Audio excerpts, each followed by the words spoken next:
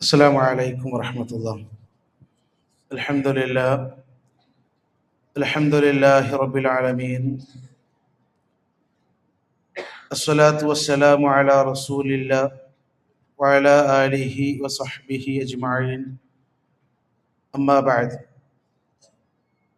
أعوذ بالله من الشيطان الرجيم. بسم الله الرحمن الرحيم. يا أيها الذين آمنوا اتقوا الله حق تقاته ولا تموتن إلا وأنتم مسلمون. ഏറെ സ്നേഹം നിറഞ്ഞ സത്യവിശ്വാസികളെ, സത്യവിശ്വാസിനികളെ, സഹോദരി സഹോദരങ്ങളെ,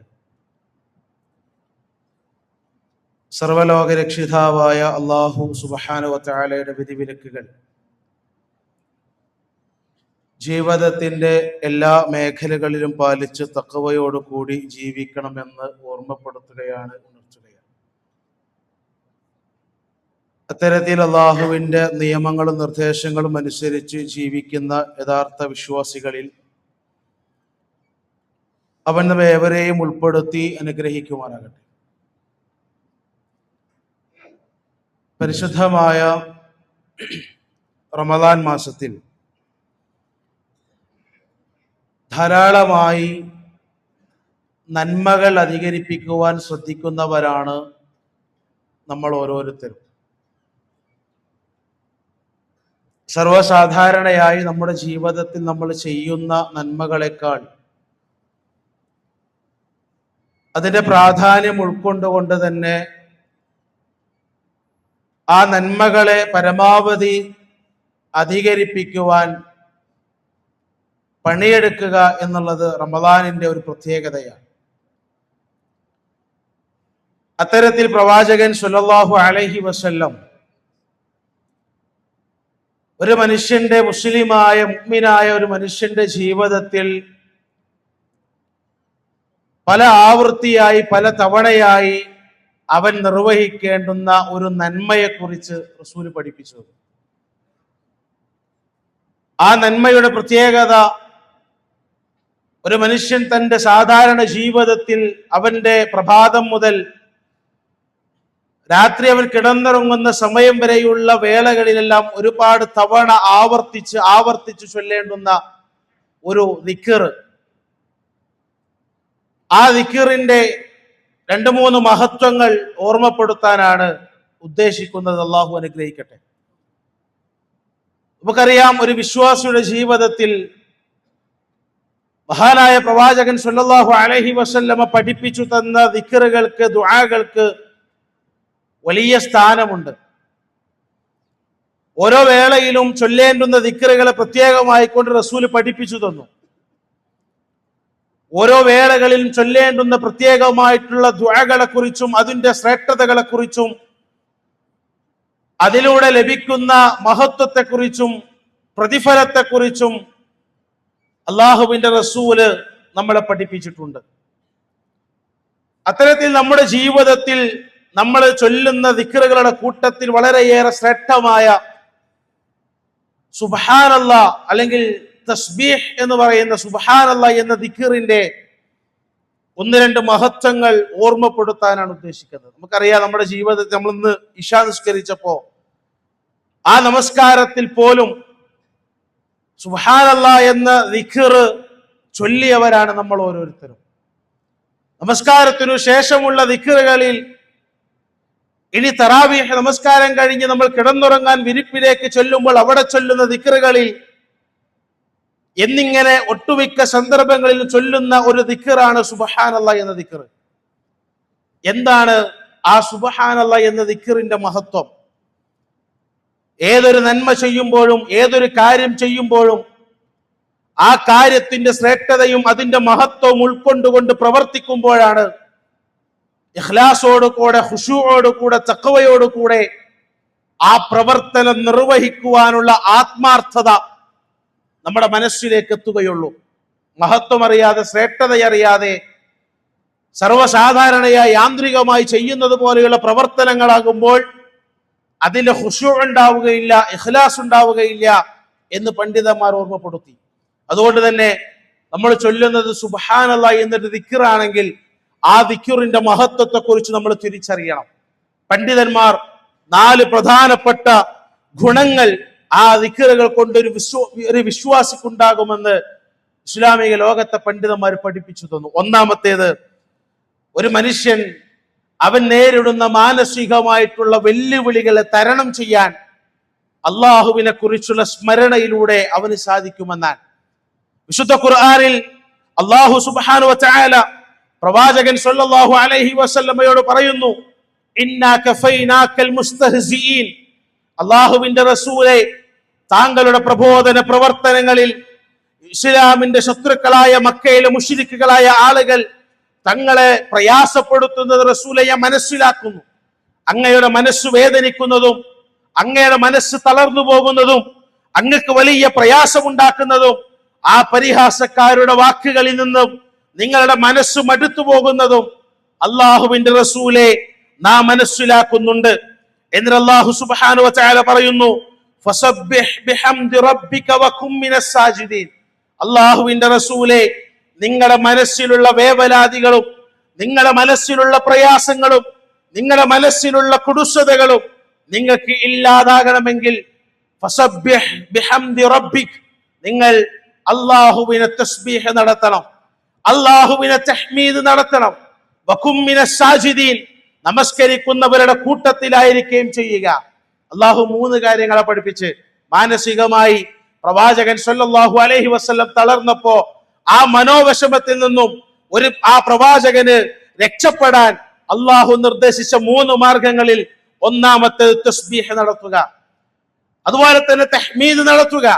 വകും മിനസ് സാജിദീൻ, പടച്ച റബ്ബിന്റെ മുമ്പിൽ സുജൂദ് ചെയ്യുന്ന, സാഷ്ടാംഗം ചെയ്യുന്ന, നമസ്കരിക്കുന്നവരുടെ കൂട്ടത്തിൽ അള്ളാഹുവിന്റെ റസൂലെ നിങ്ങൾ ഉൾപ്പെടുകയും ചെയ്യുക.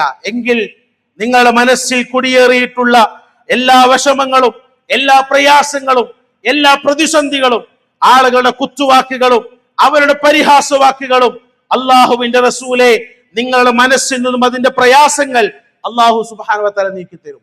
അപ്പൊ സുബ്ഹാനല്ലാഹ് എന്ന് നമ്മൾ ഉരുവിടുമ്പോ അതിലൂടെ നമുക്കുണ്ടാകേണ്ട ഒന്നാമത്തെ ഗുണം എന്ന് പറഞ്ഞാൽ നമ്മുടെ മനസ്സിലുള്ള ടെൻഷൻ, ആ ടെൻഷനൊക്കെ ഒന്ന് മാറിക്കിട്ടണം. നമ്മൾ ചൊല്ലുമ്പോ ആ ടെൻഷൻ നമുക്ക് മാറലുണ്ടോ എന്ന് നമ്മൾ ചിന്തിക്കുക. രണ്ടാമത്തേത് എന്താ? പ്രവാചകൻ സ്വല്ലല്ലാഹു അലൈഹി വസല്ലമ വിശുദ്ധ ഖുർആന്റെ ആയത്തുകളിലൂടെ ആ വിശുദ്ധ ഖുർആന്റെ ആയത്തുകൾ ഉദ്ധരിച്ചുകൊണ്ട് പണ്ഡിതന്മാർ പഠിപ്പിച്ചു തന്നു, ജീവിതത്തിൽ ഒരു തൃപ്തി ഉണ്ടാകും. ജീവിതത്തിൽ തൃപ്തി ഉണ്ടാകും. മനുഷ്യരെ സംബന്ധിച്ചിടത്തോളം എത്ര ലഭിച്ചാലും മതി വരാത്ത ഒന്നാണ് ജീവിതത്തിലെ സൗഭാഗ്യം എന്നുള്ളത്, ഭൗതിക ലോകത്തെ സൗഭാഗ്യം.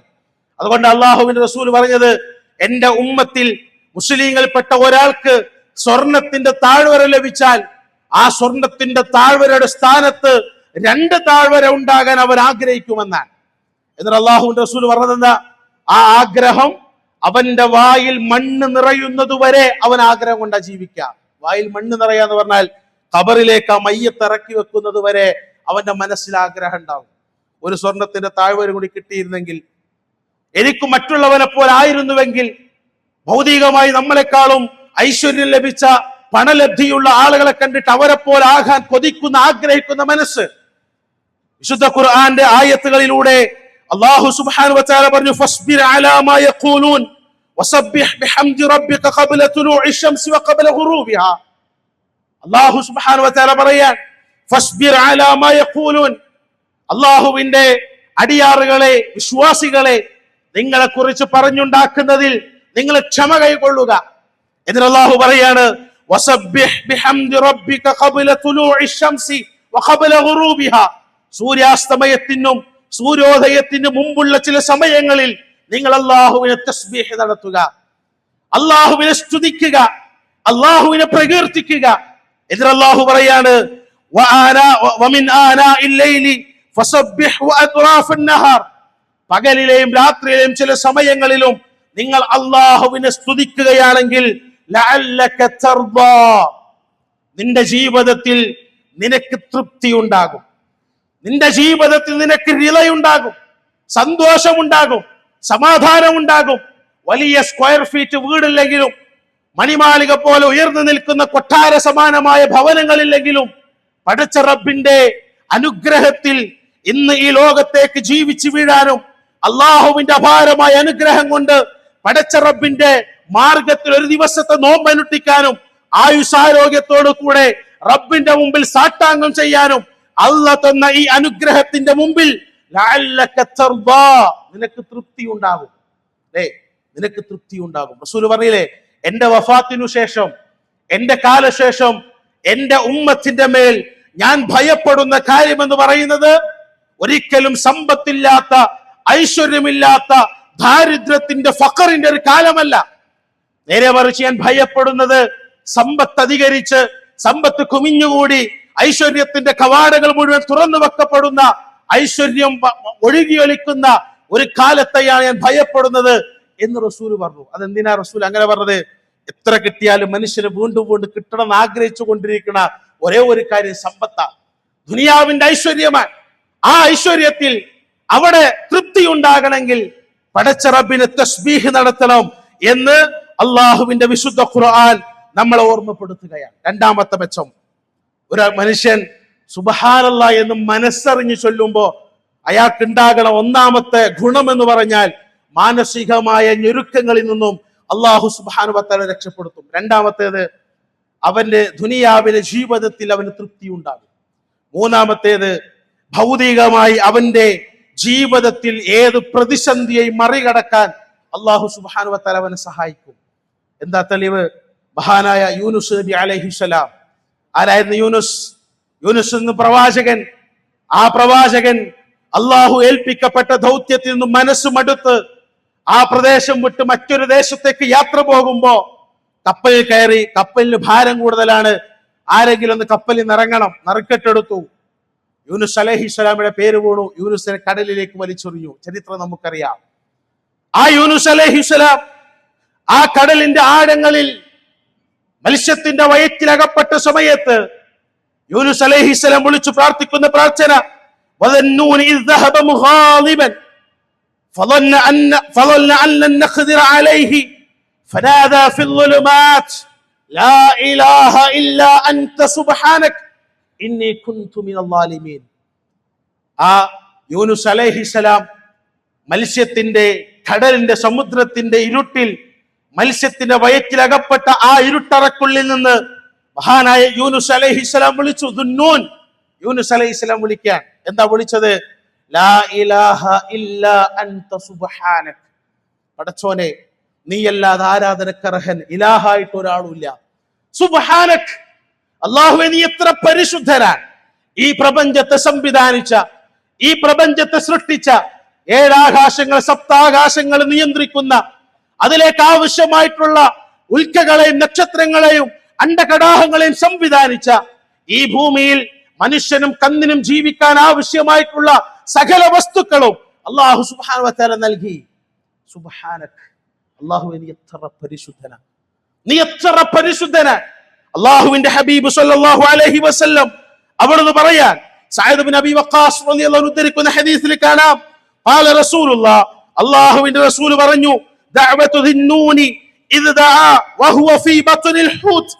മത്സ്യത്തിന്റെ വയറ്റിൽ കടന്ന് മഹാനായ ദുന്നൂൻ പ്രവാചകൻ പ്രാർത്ഥിച്ച പ്രാർത്ഥന, ലാ ഇലാഹ ഇല്ലാ അൻത സുബ്ഹാനക ഇന്നി കുൻതു മിനൽ ളാലിമീൻ എന്ന പ്രാർത്ഥന ഒരു മനുഷ്യൻ അത് പ്രാർത്ഥിക്കുകയും ഫഇൻ ലം യദ്ഉ ബിഹാ റജുലുൻ മുസ്ലിമുൻ ഫീ ഷൈഇൻ ഖത്തുൻ ഇല്ല ഇസ്തജാബ അല്ലാഹു ലഹു. ആ പ്രാർത്ഥന ചൊല്ലിയിട്ട് ഒരു മനുഷ്യൻ അല്ലാഹുവിനോട്, മുസ്ലിമായ മുഅ്മിനായ ശിർക്ക് ചെയ്യാത്ത ഒരു മനുഷ്യൻ പടച്ച റബ്ബിനോട് എന്തു ചോദിച്ചാലും ഇല്ലസ്തജാബല്ലാഹു ലഹു, അല്ലാഹു അവന് ഉത്തരം കൊടുക്കാതിരിക്കൂല. അത്രയും മഹത്വമുള്ള പ്രാർത്ഥന, അത്രയും ശ്രേഷ്ഠമായ വാചകം. അല്ലാഹു സുബ്ഹാനഹു വ തആല ഒരു മനുഷ്യന്റെ പ്രാർത്ഥനയ്ക്ക് നിർബന്ധമായും ഉത്തരം നൽകുന്ന ചില സന്ദർഭങ്ങളുണ്ട്, ചില സാഹചര്യങ്ങളുണ്ട്, ചില സ്ഥലങ്ങളുണ്ട്, ചില സമയങ്ങളുണ്ട്, ചില പ്രാർത്ഥനകളുണ്ട്. ആ പ്രാർത്ഥനകളുടെ കൂട്ടത്തിൽ പണ്ഡിതന്മാർ പ്രവാചകൻ സല്ലല്ലാഹു അലൈഹി വസല്ലമയുടെ ഹദീസ് ഉദ്ധരിച്ചുകൊണ്ട് പഠിപ്പിച്ചു തന്നു. യൂനുസ് അലൈഹിസ്സലാമിന്റെ പ്രാർത്ഥന, ഈ പ്രാർത്ഥന ചൊല്ലിയിട്ട് അള്ളാഹുവിനോട് ഒരു മുസ്ലിമായ മുഅ്മിനായ ശിർക്ക് ചെയ്യാത്ത ഒരു മനുഷ്യൻ തൗഹീദുള്ള മനുഷ്യൻ, മുവഹിദായ ഒരു മനുഷ്യൻ അള്ളാഹുവിനോട് എന്ത് ചോദിച്ചാലും ഇല്ലസ്തജാബല്ലാഹു ലഹു, അള്ളാഹുവിന് ഉത്തരം കൊടുക്കും. അള്ളാഹ് ഉത്തരം കൊടുക്കും. സുബ്ഹാനല്ലാഹ് എന്ന ദിക്റിന്റെ മഹത്വം. ഇനി നാലാമത്തേത് പണ്ഡിതന്മാർ പഠിപ്പിച്ചു, പ്രവാചകന്റെ ഹദീസുകൾ തെളിവ് കൊണ്ടുവന്നിട്ട് പണ്ഡിതന്മാർ പഠിപ്പിച്ചു, കടലിന്റെ നുരയോളം ഒരു മനുഷ്യൻ തെറ്റ് ചെയ്തിട്ടുണ്ടെങ്കിലും ആ തെറ്റുകളെല്ലാം അള്ളാഹു പുറത്തു കൊടുക്കും. സുബ്ഹാനല്ലാഹ് എന്ന ദിക്റിന്റെ മഹത്വം അള്ളാഹുവിന്റെ റസൂൽ പറയാൻ, അവിടുന്ന് പ്രവാചകൻ പറഞ്ഞു, മൻ ഖാല സുബ്ഹാനല്ലാഹി വബിഹംദിഹി ഫീ യൗമിൻ മിഅത മറ, 24 മണിക്കൂറുള്ള ഒരു ദിവസം, ആ 24 മണിക്കൂറുള്ള ഒരു ദിവസത്തിൽ സുബ്ഹാനല്ലാഹി വബിഹംദിഹി എന്ന് ഒരു മനുഷ്യൻ 100 പ്രാവശ്യം ഒരു ദിവസത്തിൽ ചൊല്ലിയാൽ എത്ര സമയമാണ്? കണക്കൂട്ടിക്കോ. സുബ്ഹാനല്ലാഹി വബിഹംദിഹി എന്ന് ഒരു തവണ ചൊല്ലാൻ 1 സെക്കൻഡ് 2 സെക്കൻഡ് മതി. 5 സെക്കൻഡ് കൂട്ടിക്കോ. ഒരു ദിവസം 100 വട്ടം ചൊല്ലാൻ നമുക്ക് സമയല്ലേ? ഉണ്ട്. ആ 100 വട്ടം ഒരു മനുഷ്യൻ ചൊല്ലിയാൽ അള്ളാഹുവിന്റെ പ്രവാചകൻ പറഞ്ഞു, കടലിന്റെ നുരയോളം ആ മനുഷ്യൻ തെറ്റുകൾ ചെയ്തിട്ടുണ്ടെങ്കിലും അള്ളാഹു സുബ്ഹാനഹു വ തആല പുറത്തു കൊടുക്കും. അള്ളാഹു പുറത്തു കൊടുക്കും. ആർക്ക്? 100 തവണ സുബ്ഹാനല്ലാഹി വബിഹംദിഹി എന്ന ദിക്ർ ഒരു മനുഷ്യൻ ഒരു ദിവസം ചൊല്ലിയാൽ കടലിന്റെ നുരയോളം അവൻ ചെയ്ത ചെറിയ തെറ്റുകുറ്റങ്ങൾ മുഴുവൻ അള്ളാഹു സുബ്ഹാനഹു വ തആല പുറത്തു കൊടുക്കും. മറ്റൊരു ഹദീസിൽ അള്ളാഹുവിന്റെ റസൂൽ പറഞ്ഞില്ലേ, കലിമതാൻ, 2 വാക്കുകൾ.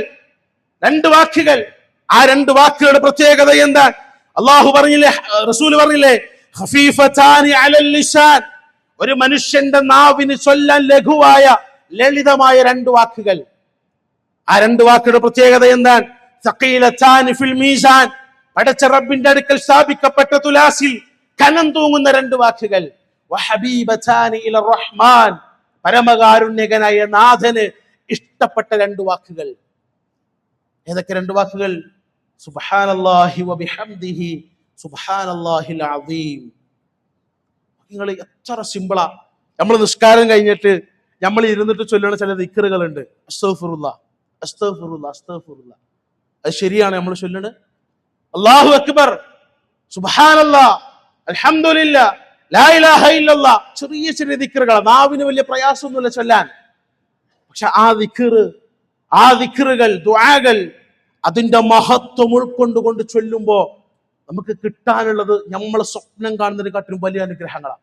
അതുകൊണ്ട് സഹോദരങ്ങളെ, ദിക്റുകൾ ചൊല്ലുമ്പോ, ദുആകൾ ചൊല്ലുമ്പോ അതിന്റെ ആശയം മനസ്സിലാക്കി, അർത്ഥം മനസ്സിലാക്കി, സുബ്ഹാനല്ലാഹ് എന്നൊരു ദിക്ർ നമ്മൾ ഉച്ചരിക്കുമ്പോ അതിലൂടെ പ്രഖ്യാപിക്കുന്ന ഒരുപാട് പ്രഖ്യാപനങ്ങൾ, ലാ ഇലാഹ ഇല്ലല്ലാഹ് എന്ന് അംഗീകരിക്കുന്നു, അല്ലല്ലാതെ ഇലാഹില്ല എന്ന് അംഗീകരിക്കുന്നു, പടച്ച റബ്ബ് ഏത് അള്ളാഹുവിനെ കുറിച്ചുണ്ടാക്കിയ സകലമാന കെട്ടുകഥകൾക്കപ്പുറം പടച്ച റബ്ബ് മഹത്വമുള്ളവനാണ് എന്ന് പ്രഖ്യാപനം, അള്ളാഹുവിന് ഈസ എന്ന മകനുണ്ട് എന്ന് ക്രൈസ്തവരും ഉസൈർ എന്ന മകനുണ്ട് എന്ന് ജൂതന്മാരും പ്രഖ്യാപിച്ച പ്രഖ്യാപനത്തിൽ നിന്നും എന്റെ നാഥൻ മുക്തനാണെന്ന പ്രഖ്യാപനം.